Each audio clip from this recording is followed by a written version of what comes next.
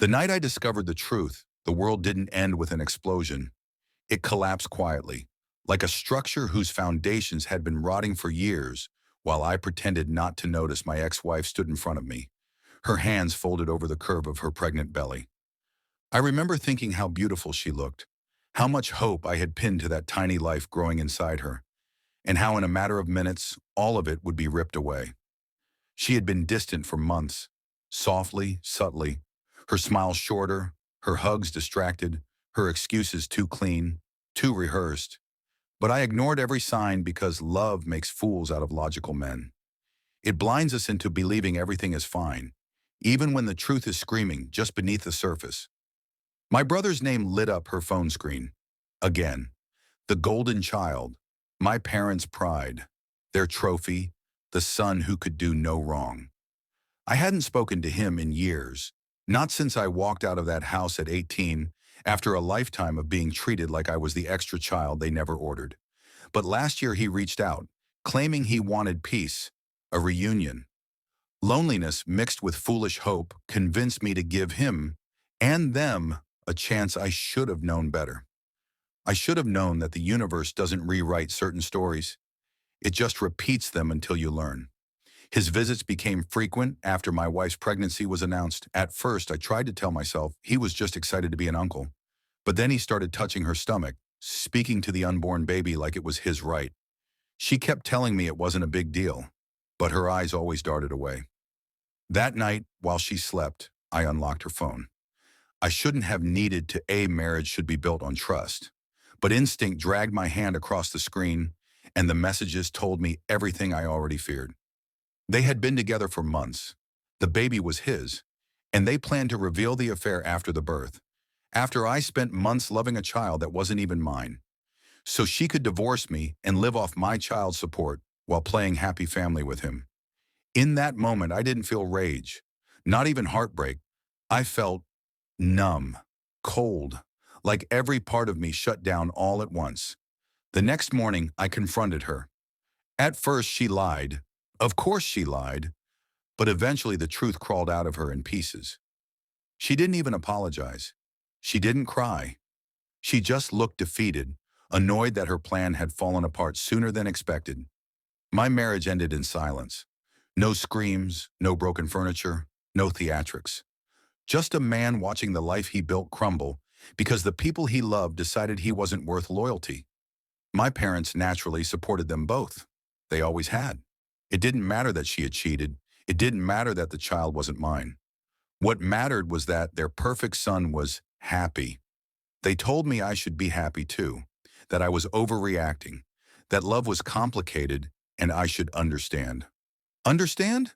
The mere sight of them made my stomach twist, but they expected me to clap for their little family, like I was some extra in a movie that was never about me. My brother and ex-wife posted everything online: the divorce, their upcoming wedding, the baby. My parents flooded the comments with blessings and heart emojis, not one message asking if I was okay, not a single call acknowledging the pain they helped orchestrate. I walked away from all of them, again, but this time with nothing but my house. She left with my car and a pile of money she didn't deserve, thanks to my family lying on her behalf during the divorce. They painted me as controlling, misogynistic, unstable. They claimed she'd been afraid of me, the same woman who cheated on me with my brother while planning to trap me financially. But I didn't fight. I didn't have the energy. I was too exhausted to defend myself, too broken to argue. I let them take what they wanted just so I could be done with all of them. After the divorce, the silence in my house was suffocating. So I worked. I drowned myself in tasks, deadlines, promotions, anything to avoid thinking about what my life had become, and eventually hard work paid off. 2 weeks ago, I received a major promotion, new position, higher salary, new company car. A fresh start. For the first time in a long time, I felt something close to pride. On a whim, I treated myself to dinner at a nice restaurant. I posted a picture, just a plate, just a caption, nothing special, but predators always notice movement in their prey. 2 days later, my mother called. Then she texted. Then she called again. I ignored every attempt, but she refused to stop. Eventually, she showed up at my office, and caused enough of a scene that I had no choice but to promise I'd visit. When I finally drove to their new house, a house funded by the divorce settlement I had been forced to pay, I noticed how large it was, how comfortable my money had bought them a lifestyle they never afforded me, yet they still managed to look at me like I was an inconvenience. Inside, the baby, my brother's baby, was asleep. My parents sat me down like they were delivering a lecture to a child, not speaking to a grown man who had lived 10 years without their help. 5 minutes of silence. Then my father finally spoke. My brother had lost his job. My ex couldn't work. They had bills. The settlement money was drying up. They needed me, not wanted me, not missed me, needed me, because I had something they didn't: money. I stared at them, stunned. They betrayed me, stole from me, lied about me, sided with the people who destroyed my marriage, and now they were asking me to save them? I didn't argue. I didn't insult them. I simply stood up. When I opened the door, my brother was right there, like the universe wanted to stage one last punchline. He looked surprised to see me, surprised I didn't stick around to entertain their request. I walked past him and stepped into heavy rain, letting it soak through my clothes as I searched my pockets for my keys. Behind me, the voices grew louder. My parents, my brother, begging, pleading, then demanding. When my brother tried speaking again, I snapped. I told them to leave me alone. I told them they could beg on the streets because even strangers would have more sympathy for them than I ever could. I told them to stay away from me forever. Then I got into my car and drove away, leaving them standing in the rain, drenched and helpless, the same way they had left me emotionally for years. And God help me. It felt good. For the first time in decades, I felt something like justice. Not revenge, clarity. The clarity of finally seeing who they truly were. But guilt is a stubborn ghost. Over the next 2 days, messages poured in, mostly from my mother. Long texts about family responsibility, forgiveness, compassion. She even tried throwing religion into it, asking what kind of son abandons his blood when they're suffering. A son who was abandoned first, a son who learned that being family doesn't excuse cruelty, a son who finally realized that being used is not the same as being loved. Still, I felt the guilt gnawing at me. Maybe because I'm human, maybe because scars don't disappear just because you walk away. Maybe because I still carried that child version of myself who wanted his parents to love him. Tonight, as I sit here replaying everything, I wonder if I was too harsh, or maybe not harsh enough. Maybe this was my moment to finally break the cycle. One thing is certain, though. What they call help, I call exploitation. And I'm done being exploited. The guilt didn't last long. A few days after I told my mother to stop contacting me, or I'd involve my lawyer, my brother showed up at my house without warning.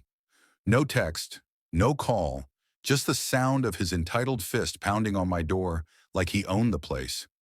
I opened the door and found him standing there with that same arrogant tilt to his head, the same smug expression he'd worn since childhood, the one that said life had always bent in his direction, and he expected me to bend with it. He didn't waste time pretending to be polite.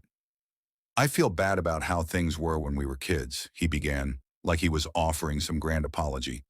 "But I can't help that I'm just inherently better than you." I stared at him, stunned, not because of what he said, but because of how deeply he believed it. That line, inherently better. That was my childhood in 2 words. He kept going, lecturing me about how our parents had simply done what any normal parent would do in their situation. He said I was holding grudges like a child, and that if I had any sense of maturity, I'd step up and help them because families shouldn't abandon each other in hard times. I laughed. I couldn't help it. It wasn't anger. It was disbelief. "Go get a job," I told him. "You're wasting time trying to manipulate me." Something in his face snapped. He lunged forward, yelling that everyone preferred him, our parents, my ex-wife, even the unborn child that was never mine. He said I was jealous, pathetic, selfish. He said denying them money was just revenge because I'd never been good enough to earn their love in the first place. I let him talk. Let him pour out every twisted thought he'd carried. And when he finally paused, panting, waiting for me to break under his words, I simply told him, Fine, call it revenge. There was nothing more satisfying than the shock on his face. Before leaving, he threatened me, mumbled something about forcing me to pay one way or another. I closed the door on him before he finished the sentence, but the circus wasn't over. 3 days later, when his attempts, my parents' attempts, and every guilt-drenched message failed, my ex decided she should try. Her number lit up my phone. For a moment, I considered ignoring it, but ignoring these people had never made them disappear. They were like weeds, so I answered, hoping it would end the harassment. She started soft, gentle, almost sweet. She told me they were struggling. She told me she understood if I didn't want to help. She told me she wanted me to be the bigger person. Every word was rehearsed, delivered like a script, like she was a victim, and I was the villain. She even had the audacity to remind me that my parents paid for everything while I was growing up, conveniently forgetting the part where they treated me like an afterthought in my own home. Then she said something that made my blood go cold. I tried my best to be a good wife. A good wife. The woman who cheated on me with my own brother, I reminded her of that, calmly. I reminded her that I was already paying alimony she didn't deserve. I reminded her that she lied, stole, manipulated, and broke me without remorse. Her voice cracked. The tears came. Not real grief, just panic. The panic of someone realizing the money they depended on was slipping away. When crying didn't work, she snapped. She called me selfish, heartless, a failure of a man. She claimed she had no choice but to take legal action and demand a higher alimony now that I earn more. Try, I told her, and hung up. This time, I wasn't the broken man who walked blindly through a divorce. This time, I was prepared. I gathered every shred of evidence, messages, testimonies, screenshots, memories backed by witnesses who'd seen how my family treated me. I reached out to old friends, mutual friends, even cousins who had watched me grow up as the family scapegoat. I told them everything. Not the edited version, the truth. They were horrified, and they agreed to testify. My lawyer's eyes lit up when I showed him what I had. This is airtight, he said. For the first time, someone believed me. Someone saw what I had endured. In court, the truth hit my family like a freight train. My ex's lies about me being controlling were dismantled. My parents' false claims were exposed. My brother's narrative crumbled. One by one, my friends' video testimonials played, each one recounting the way my family treated me. The favoritism, the emotional abuse, the manipulation, the betrayal. My ex sat there, pale, trembling. My brother looked like he wanted to sink into the floor. My parents tried to stare at me, but even they couldn't maintain the illusion anymore. And then, the judge revoked her alimony. Just like that, gone. A clean break. I walked out of that courtroom with my freedom intact, my dignity restored, and an overwhelming sense of peace I hadn't felt since childhood. I should have gone home and celebrated. Ordered takeout. Watched a movie. Slept like a man who'd finally outrun his ghosts. But when I pulled into my street, I saw their car. My brother's car, parked outside my house like a warning. My heart sank, not out of fear, but out of exhaustion. I knew this wasn't over. People like them never retreat quietly. I stepped out of my car, and there they were. My entire family, my parents, my brother, my ex-wife, all standing on my porch as if they had any right to be there. They blocked my door like they owned it, like they owned me. My father started shouting first, calling me ungrateful, irresponsible, selfish. He lectured me about family loyalty, about honor, about duty. Not once did he mention what they'd done to me. Not once did he acknowledge their betrayal. I said nothing. I refused to give them what they wanted, an emotional reaction. My silence made my mother furious. She demanded I respect my father. She demanded I respond. She demanded I explain myself. I stood there, calm, still, silent, watching them unravel under the weight of their own desperation. My brother cracked first. He grabbed me by the collar, pulling me forward like he used to when we were kids. When he knew our parents would always side with him, he tried to hit me. My father held him back. My mother cried, my ex pleaded, all of them talking over each other, all of them blaming me for their suffering, all of them acting like I had wronged them. I stepped back once my brother released me. "You have 5 minutes to get off my property," I said quietly, "because if you don't, I will call the police, and you can explain to them why an unemployed grown man is assaulting someone outside their home." For the first time, they listened, not because they respected me, but because they were afraid. They left with one last attempt from my mother, another emotional plea, another manipulation. But I closed the door before she finished. That was yesterday. 24 hours of silence since then. I don't know if they'll come back. I don't know what they'll try next. But for the first time in my life, I don't fear them. I'm done being the scapegoat, done being the forgotten son, done being the man they use, discard, and blame. Done letting people who never loved me define what I owe them. My past may have shaped me, but it no longer controls me. And if they ever show up again, they won't find the broken boy who once begged for their affection. They'll find the man who finally learned how to walk away.